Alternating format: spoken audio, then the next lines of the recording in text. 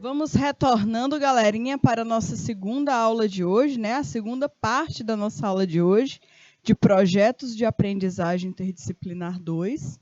E hoje o nosso tema, nós estamos falando sobre a comunidade, né? A integração entre o indivíduo e a sociedade. Então, vamos dar continuidade ao nosso bate-papo, né? A nossa conversa da nossa aula de hoje. E aí, pessoal, eu estava conversando com vocês que diferentes aspectos que nos tornam diferentes uns dos outros e que acabam nos facilitando a aproximação de pessoas que também nós temos semelhanças, né, mesmo os gostos.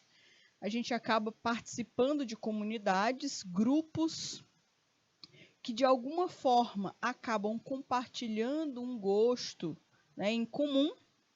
Esses pequenos grupos, eles acabam juntos transformando, né, fazendo parte de algo bem maior, né, que é a nossa sociedade, por exemplo. Então, a semelhança aproxima e a identificação gera coesão de grupos que podem ser maiores ou menores, dependendo do estilo, mas não tem problema nenhum. Entre as formas de identidade cultural mais conhecidas está aí a identidade nacional. Os símbolos, as narrativas, as práticas e os conhecimentos que nos unem enquanto a brasileiros, por exemplo, mesmo em um território tão gigante quanto o nosso, né? Com inúmeras diferenças regionais. Então, nós temos várias e várias diferenças regionais, porém, nós fazemos parte de um grupo muito maior, que é a nossa sociedade brasileira. Uma sociedade, ela também pode ser considerada como a soma das variadas comunidades que a compõem. Então, esses pequenos grupos que eu mencionei para vocês anteriormente, eles juntinhos acabam sendo transformados aí em uma grande sociedade. A rede de relacionamentos de que é formada uma sociedade, ela acaba sendo constituída por pequenos grupos, né? Grupos menores, grupos maiores, comunidades. E aí, galerinha, todos eles têm algo em comum, porque esses núcleos da sociedade, como família, comunidades, são grupos intermediários que socializam e integram os indivíduos em um grupo muito maior. Então, independente aí do grupo, da comunidade que você faz parte, mas, querendo ou não, todos nós fazemos parte de um grupão, que é a nossa sociedade brasileira. Para este sociólogo Ferdinand Tonies, em uma comunidade, as interações humanas dão-se pela vontade natural, ou seja, é voluntária, é afetiva, tá? Quando você se relaciona com alguém em uma comunidade, é porque vocês têm um interesse em comum. Então, essa socialização, né, essa comunicação entre os indivíduos, ela é de vontade natural, com vistas a participar de uma rede de proteção de subsistência. Já as interações humanas de um grupo, de um agrupamento maior, que é a sociedade, são, no caso de alguma forma, de uma vontade arbitrária. Não é uma vontade tão natural assim. Que é tanto mais artificial e racional, quanto mais expansionista, né, e complexa. Então, no caso, pessoal, a vida em sociedade, ela não é tão simples assim, não. Tá? Normalmente a gente se relaciona em sociedade nem sempre por querer, mas porque nós precisamos, né? Nós precisamos aprender a desenvolver essas habilidades da convivência social, que não é fácil, já digo para vocês. Não é fácil você conviver com pessoas que têm costumes diferentes do que você. Não é fácil você conviver com pessoas da sua própria família, que muitas das vezes têm pensamentos totalmente diferentes dos seus, né? Se você tem irmãos, você com certeza começa a observar essas diferenças dentro de casa. como é que a criatura, né, é, é, é sangue do mesmo sangue, como o povo fala, né? É o mesmo pai, a mesma mãe, mas é totalmente diferente. E nem precisa, né, ser do mesmo pai ou da mesma mãe, mas acaba se tornando uma pessoa muito diferente. Por quê? Não estou falando de aparência física, não estou falando de aparência e de jeitos, eu estou falando de pensamentos. Então, já é difícil conviver em sociedade dentro de casa. A gente precisa começar, às vezes, a engolir muita formiga, para acabar não tendo nenhum tipo de atitude errada.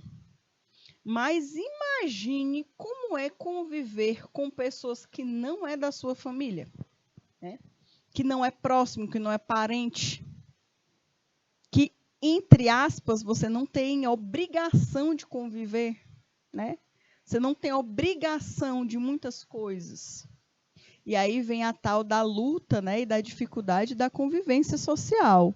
Se viver em sociedade fosse tão fácil, o mundo estaria um mundo totalmente diferente. Mas as pessoas ainda não aprenderam, porque é um processo, né? O ser humano, ele é um ser pensante que ao longo da sua história ele vai aprendendo cada vez mais, com seus erros, acertos.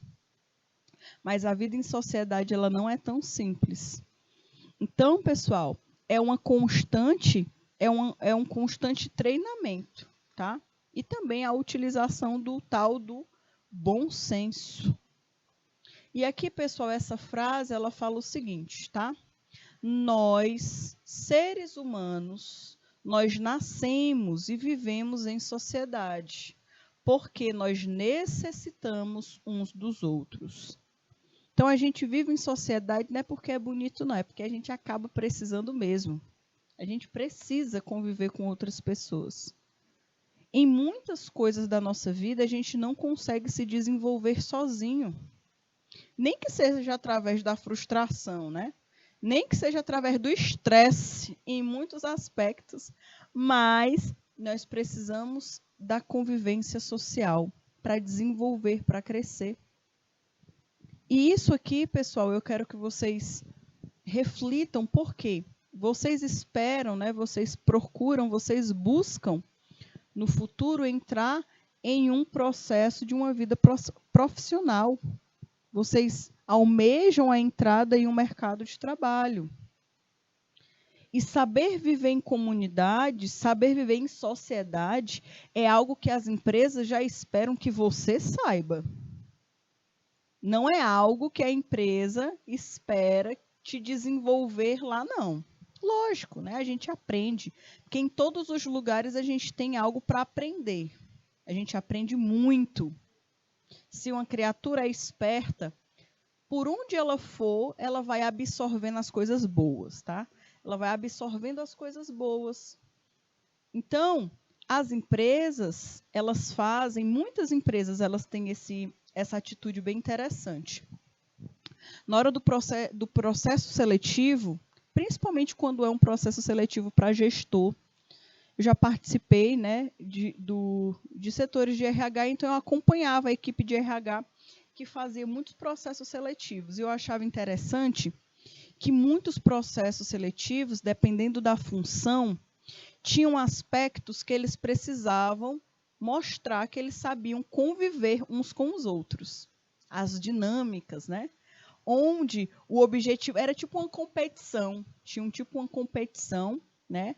Lá dentro, na hora do processo seletivo, para saber se as pessoas que estavam ali iam conseguir se comunicar, discutir um problema, tentar encontrar uma solução em conjunto, tentar deixar o outro, né, explicar e demonstrar suas habilidades. Lembrando que todo mundo ali naquele processo seletivo, entre aspas, era concorrente, né, um do outro. Mas mesmo assim, eles tinham que demonstrar ter habilidade da convivência social. E aí os psicólogos, né, do RH ficam de olho. Porque não é só e somente só o currículo mais, né? Aí eu fiz um curso e esse curso é muito bom, a empresa realmente precisa que você tenha aquela habilidade técnica, Show de bola, ok. Sem aquela habilidade técnica, você nem ia passar para a segunda etapa, em muitos casos. Mas a necessidade do convívio social é extremamente importante. Muitas empresas focam nisso. E aí a gente pode desenvolver isso, pessoal. Vocês vivem em comunidade a todo tempo. Vocês têm aí seus colegas, né, de sala de aula. Quando os professores propõem para vocês fazerem atividades em grupo, quando a escola propõe que vocês façam atividade em grupo, não é porque é bonitinho, não, vocês fazerem atividades em grupo, não. É porque tem habilidades que vocês precisam desenvolver, que vocês só vão conseguir desenvolver trabalhando em equipe. E a gente só entende isso quando a gente sai e entra no mercado de trabalho, né? A oratória, saber conversar com as outras pessoas, saber organizar uma equipe, estruturar tarefas, né? Dividir tarefas, pessoal, né? Eu olho assim para trás e eu vejo, meu Deus, né? Como os meus professores batiam tanta cabeça com a gente para desenvolver coisas que hoje são essenciais para a nossa vida. Então, a vida em sociedade, galera, em cada local que a gente vive, a gente aprende algo novo. Algo novo. Então, valorizem essas experiências. Ah, eu sou tímido, né? Eu tenho vergonha, por exemplo, de falar em público. Mas será que, diante do seu grupo, tem alguma coisa que você consegue compartilhar, que você consegue participar, que você consegue colocar suas habilidades para que aquele teu grupo consiga, né, crescer? Desse jeito você começa a dar passos, né? Falar a sua opinião, demonstrar o que você quer expressar sobre determinado tema. É importante. Vocês que estão aí ainda na época de sala de aula, aproveitem, pessoal. Aproveitem. Aproveitem as oportunidades, tá? Então, nós, seres humanos, nós nascemos e nós vivemos em sociedade, porque nós necessitamos uns dos outros. O ser humano, ele é um ser social. Ele não é um ser que ele nasceu para viver trancado, isolado, não. Ele necessita de um convívio com outras pessoas. E aí, ao longo da história, vários pesquisadores, vários pensadores, eles estudaram, escreveram muitas coisas falando sobre a relação do indivíduo e a sociedade. Esses são alguns dos nomes aí muito conhecidos perante a disciplina de sociologia, por exemplo, tá? Nós temos aí Karl Marx, né? Emile, Max Weber, Norbert Elias e Pierre. Então, entre esses estudiosos que se prepararam em analisar as relações dos indivíduos com a sociedade, destacam-se esses que são mostrados aqui a figura abaixo para vocês. Karl Marx, ele tinha um pensamento muito próprio dele, que ele falavam que os indivíduos, as pessoas que fazem parte de uma sociedade, elas se destacam através das relações individuais.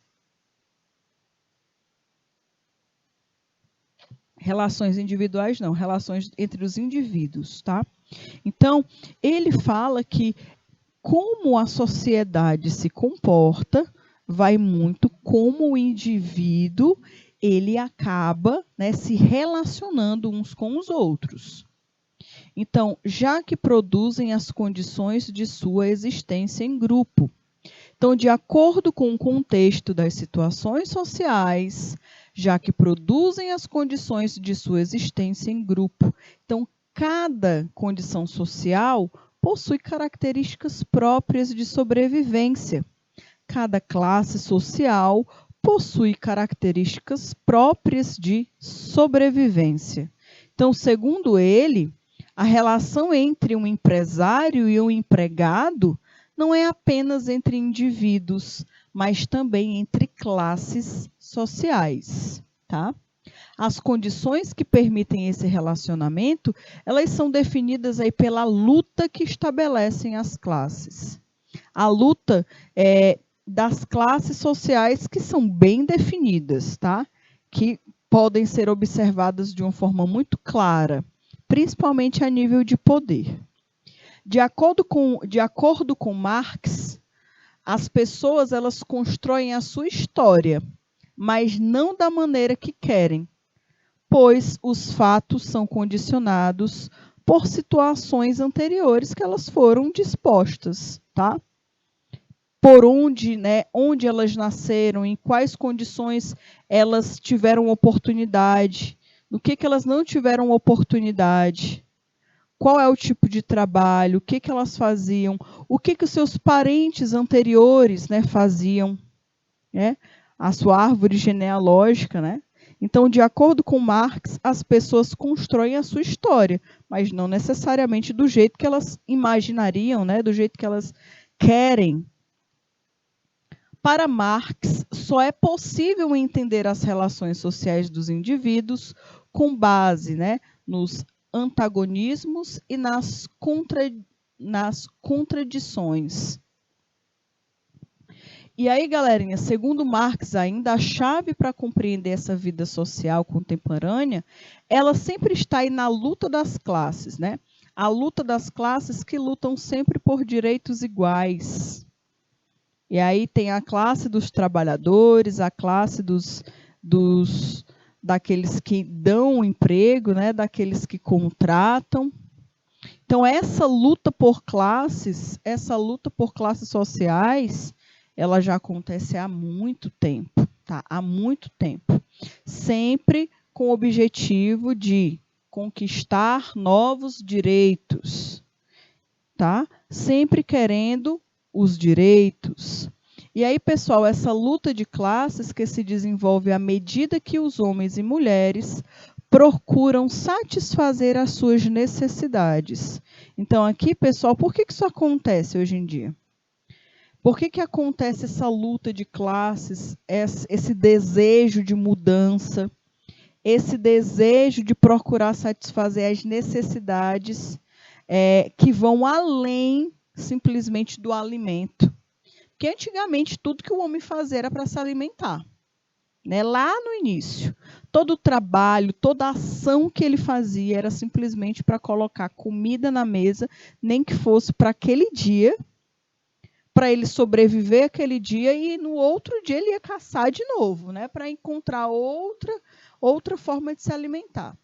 Mas com o passar do tempo, o trabalho ele foi tomando um sentido diferente para a humanidade. Ao ponto de hoje as pessoas procuram o trabalho, procuram seus direitos, não só somente para satisfazer as suas necessidades principais, necessidades básicas, mas sim também os seus desejos, as suas fantasias, os seus sonhos. Isso que também as pessoas procuram. Então, a sociedade ela foi sendo alterada, A forma que o indivíduo foi convivendo em sociedade, ele foi sendo alterado ao longo da história. E aí, pessoal, um outro ponto que a gente precisa observar é que um dos pontos principais dentro de uma sociedade é o indivíduo, É a pessoa, é o indivíduo que faz parte e que dentro da sociedade ele é o agente transformador. Ele é o agente transformador.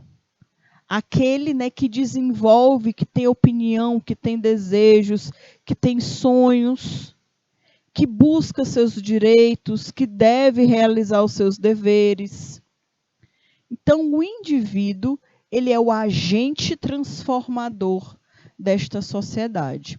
Então, o indivíduo, pessoal, a gente pode ter alguns termos, de acordo com o dicionário Aurélio, que é o exemplar de uma espécie qualquer, orgânica ou inorgânica, que constitui uma unidade distinta.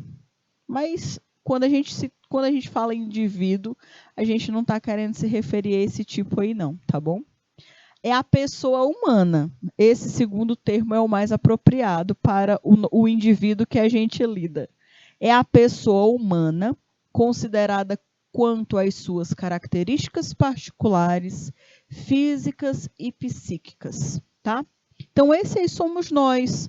Somos um indivíduo humano que tem características bem especiais, que tem características bem importantes, que as suas características mudam muito a forma que eles agem, tá?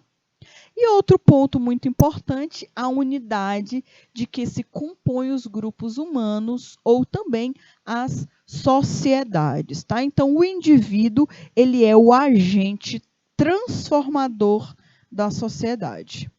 O homem e a sociedade, né, ele possui algumas realidades inseparáveis, como, por exemplo, ao nascer, é o mais indefeso de todos os animais. Vocês já perceberam o ser humano? O ser humano é um dos seres, né, que ao nascer, meu Deus do céu, não tem defesa nenhuma. Necessita muito, né? Necessita de proteção aí durante muito tempo. Algo muito diferente de outros animais, que já nascem até correndo, né? Já precisam nascer correndo para não ser presas, tá? Necessita, né, o ser humano necessita de cuidado e de proteção ao longo de um período, e de um longo período, tá? As mães aí que sabem, né?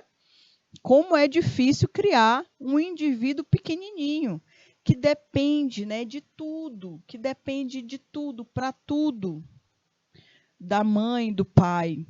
E tem poucos casos aí de crianças homoferos, né? No caso, pessoal, o animal humano que devido esse homoferos, né? O animal humano que devido ao isolamento total de outros seres humanos foi privado durante os primeiros anos de vida de interação.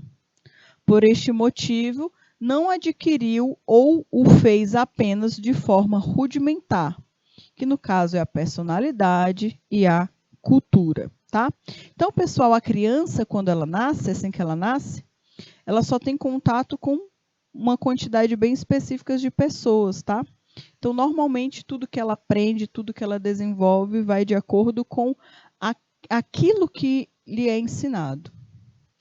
Ainda falando do homem da sociedade, teorias que tentam explicar a sociedade como algo criado pelo homem precisa de fundamentos, como, por exemplo, no princípio, era um ser isolado, criou a sociedade posteriormente, que no caso o ser humano, de maneira contratual hoje em dia.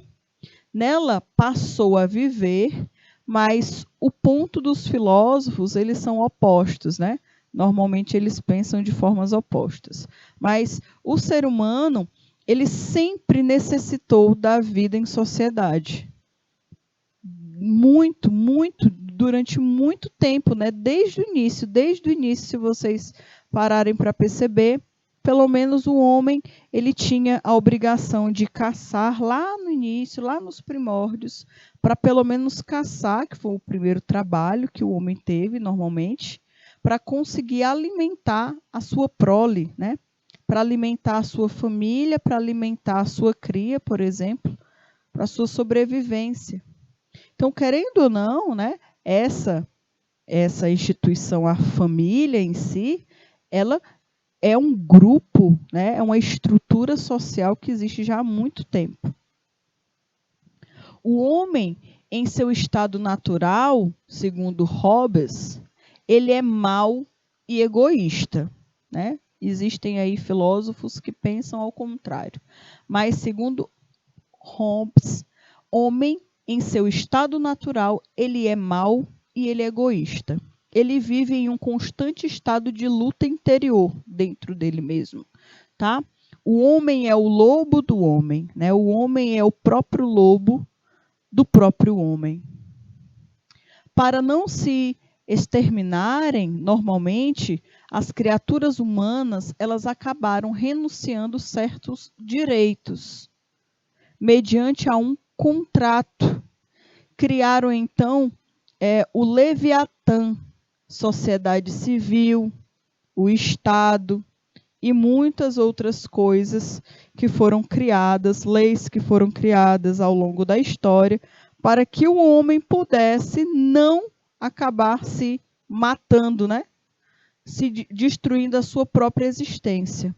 Por isso que fala que o homem é o lobo do próprio homem. Por quê?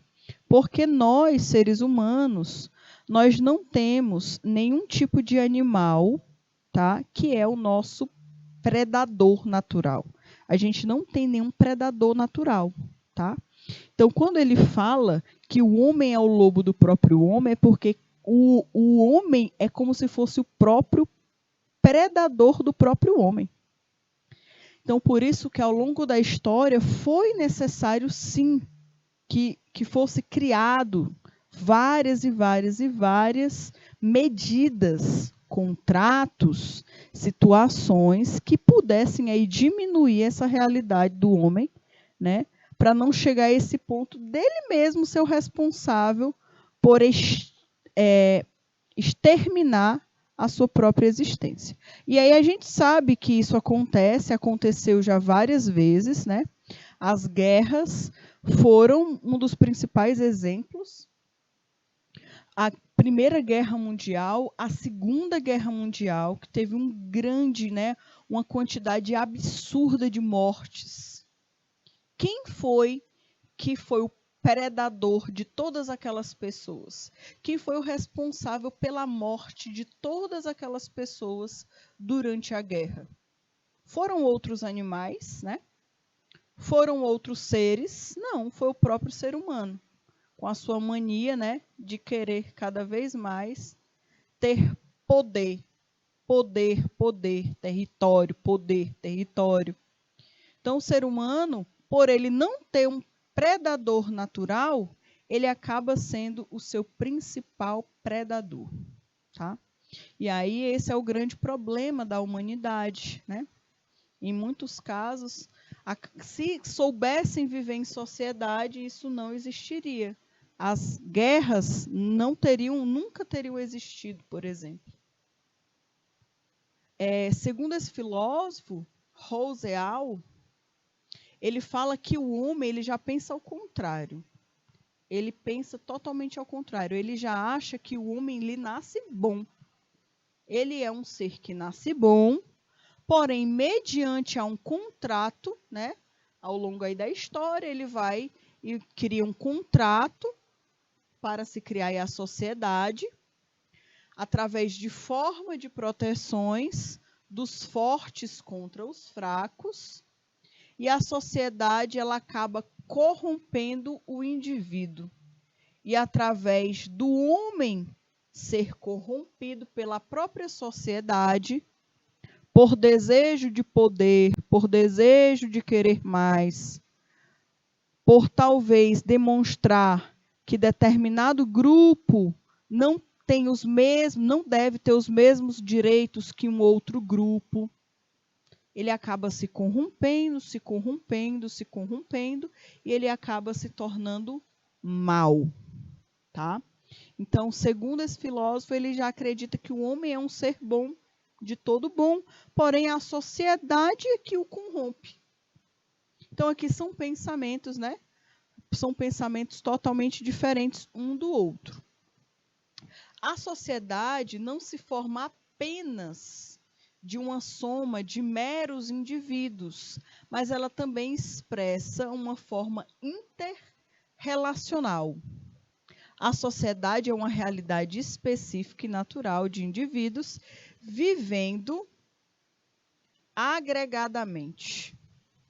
Cada indivíduo retém um grau de individualidade, por mais que estejam ajustados na sociedade. Não existe dois indivíduos iguais. Nós somos todos diferentes, independente, né? Independente. Aqui a gente não está falando de aparência, a gente não está falando de cor, a gente não está falando de sexualidade, a gente não está falando de classe social, a gente não está falando de nenhuma dessas características. Nós estamos falando de uma forma em geral. todos os indivíduos eles são diferentes. Nenhum é igual, nenhum. Se até dois gêmeos não são iguais, e é porque tem gêmeo que é a cara, né? A cara um do outro. Imaginem as outras pessoas. Então, isso é uma das coisas que pode gerar muito conflito dentro de uma sociedade, as pessoas serem totalmente diferentes, porém, essa diferença também é o que enriquece uma sociedade. Os questionamentos, né, as diferenças, as lutas por coisas diferentes, tornam uma sociedade mais forte, de alguma forma. O social e o individual, eles coexistem no indivíduo. E este não vive senão em sociedade. Não dá para falar de indivíduos sem falar de sociedade. A sociedade, por sua vez, não é a soma de indivíduos, mas é formada por eles. Não é só o indivíduo que forma a sociedade, mas ela é formada por um conjunto de indivíduos, com todas as suas diferenças, suas características, crenças, desejos, sonhos, tá? O homem, no homem existem duas naturezas bem específicas. A natureza biopsíquica, o eu, o individual, né, a necessidade do eu individual, os meus desejos, os meus anseios, né, os meus sonhos, o que eu quero conquistar, o que eu quero ser, né? O eu individual. Todo ser humano tem isso, o eu individual. Mas também em todos nós possuímos aí, em todos nós existe a natureza social, o eu social, né? O desejo, o nosso desejo, os nossos planos, né, os nossos direitos, a nossa classe. Então, pessoal, o ser humano, ele é composto por essas duas naturezas, tá? A natureza do eu individual, que é muito importante, e a do eu social. Em conjunto, né, elas formam aí uma consciência coletiva. Na natureza biopsíquica, existe aí o eu individual, que é trazido ao nascer, características fisiológicas, psíquicas, dons, inteligência, habilidade, gostos, tá? Que isso aí vai sendo desenvolvido ao longo da trajetória de uma pessoa, desde bem petitito até, né, a sua maioridade, até a sua velhice, até o final dos seus dias, né? O ser humano ele tem essa característica do eu individual, trazida desde o nascer. E aí, de alguma outra forma, o outro aspecto, existe aí a natureza social. O homem, ele tem a habilidade de se integrar, ele se integra, ele se socializa, segue maneiras de se vestir, né, crenças, ideias, e a língua, né, a língua com que se fala, a sociedade com que se relaciona. Então, o ser humano ele tem esses dois aspectos, o seu eu individual e o seu eu social, tá? Estas duas naturezas, elas acabam se fundindo, né? Elas se fundem, formando a pessoa humana. E essas duas naturezas, o eu individual e o eu social, é que juntinhas formam a nossa personalidade. Formam aí o que nos diferencia uns dos outros, a nossa personalidade. Então, a nossa personalidade, pessoal, ela é formada pelo nosso eu pessoal, o meu eu individual, o meu senso de eu individual e o meu eu coletivo, né? O meu indivíduo coletivo, o pensamento coletivo, o pensamento social. Então, esses dois aspectos juntinhos, nós damos aí o nome de personalidade. Apresenta-se, então, um comportamento individual e asocial. harmonizando-se e revelando-se em todos os comportamentos que a pessoa possui, que querendo ou não, as suas ações, suas atitudes, elas acabam sendo realizadas através do seu desejo do eu pessoal e do eu social. Tudo que existe na personalidade do indivíduo apresenta marca das duas naturezas de forma simultânea. Então, as suas ações, as suas atitudes, se você tem alguma atitude que você percebe que não foi muito bem aceita, né, de forma social, que você pode falar, mas isso aqui é porque a minha personalidade é assim, e está ferindo de alguma forma o coletivo, porque talvez você precisa rever aí o seu eu social, né?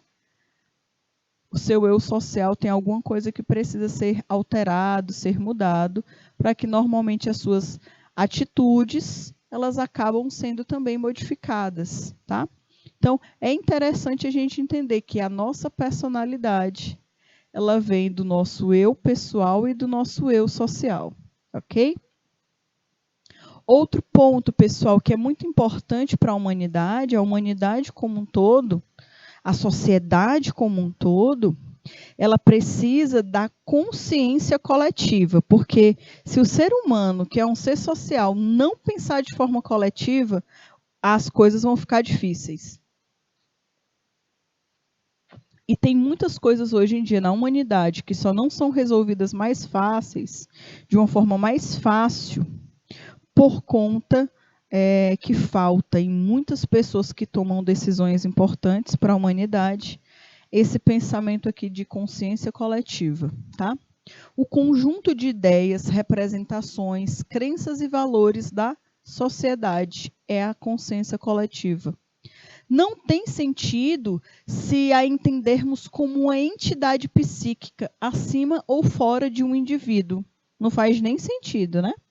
Só tem sentido quando a concebemos em cada membro da sociedade. Cada pessoa na sociedade projeta, aprende as ideias, as representações, as crenças, os valores da mesma em sua consciência individual. Consciência coletiva e esferas da consciência individual é que o faz um membro de uma sociedade. Então, o pensar de forma coletiva não é pensando só e somente na sua existência, nos seus desejos, é porque você gosta mais disso. Mas é pensando aí em uma consciência coletiva, tá? Em uma necessidade coletiva que vai te fazer bem, ou que se aquela mudança não for realizada, vai fazer mal não só para você, mas para muitas e muitas outras pessoas. E aí, pessoal, uma das características aí, uma das modalidades da consciência coletiva, nós temos 3, tá? Nós temos aí a consciência grupal, nós temos a consciência de classes e nós temos a consciência nacional, tá? A consciência grupal é a soma de todas, né? O total da consciência dos indivíduos que, através de sinceros esforços, eles têm unido, né, fundido a harmonização de suas consciências com as dos outros, tá bom? Ter uma única mente, ter um único pensamento, fundindo aí e harmonizando suas consciências com as dos outros, tornando forte, firme, tá? Ter uma única mente aí, com o mesmo objetivo. A consciência de classes, olha aí, é a percepção que os integrantes de uma camada social têm de se pertencerem à mesma classe. Percepção de status sociais desta classe na sociedade. Atitudes de superioridade e inferioridade às outras classes. Então, essa consciência de classe aí também é uma outra característica, tá? De uma observação geral, de uma atitude coletiva. E aí nós temos a consciência nacional, que a consciência nacional é o sentimento do indivíduo por fazer parte de algum lugar. Princípio unificador de uma nação. Então, quando se fala aí de uma consciência nacional, é algo, né, muito mais voltado para um grupo de pessoas que formam aí o mesmo país, têm os mesmos direitos, os mesmos deveres, que anseiam pelas mesmas conquistas a nível nacional, né, a nível de um país, por exemplo. Tá? E aí a sociedade que é um conjunto complexo de indivíduos que acabam, de uma forma, elas permanecem associadas, equipados de padrões comuns próprios. Nós temos padrões comuns muito característicos nossos, tá? Que nos difere de outros países. Nós temos costumes, tá? Por exemplo, um dos nossos costumes, que é espantoso para muitos países, é a quantidade de banho que a gente toma, né? Esse daí estou dando aí uma característica engraçada, né? Que nós temos, por exemplo, tem países que acham estranho a gente tomar tanto banho. Tem países que as pessoas não tomam 2 banhos por dia, não. Tomam 1 no máximo, e olhe lá. Então, são características, tá? São padrões próprios, por exemplo, para garantir a continuidade do todo, a realização dos seus ideais. Então, nosso país, nós temos, né, desejos próprios, nós temos objetivos em comum para toda a sociedade, independente aí da região, do estado, do município que essa pessoa faz parte. São interesses em comum de uma forma nacional para a nossa sociedade brasileira, por exemplo. Tá? Então, galerinha, a gente está finalizando por aqui o nosso bate-papo sobre a sociedade. Espero que vocês tenham gostado. Um forte beijo, um forte abraço. Fiquem com Deus e até a próxima, pessoal. Tchau, tchau.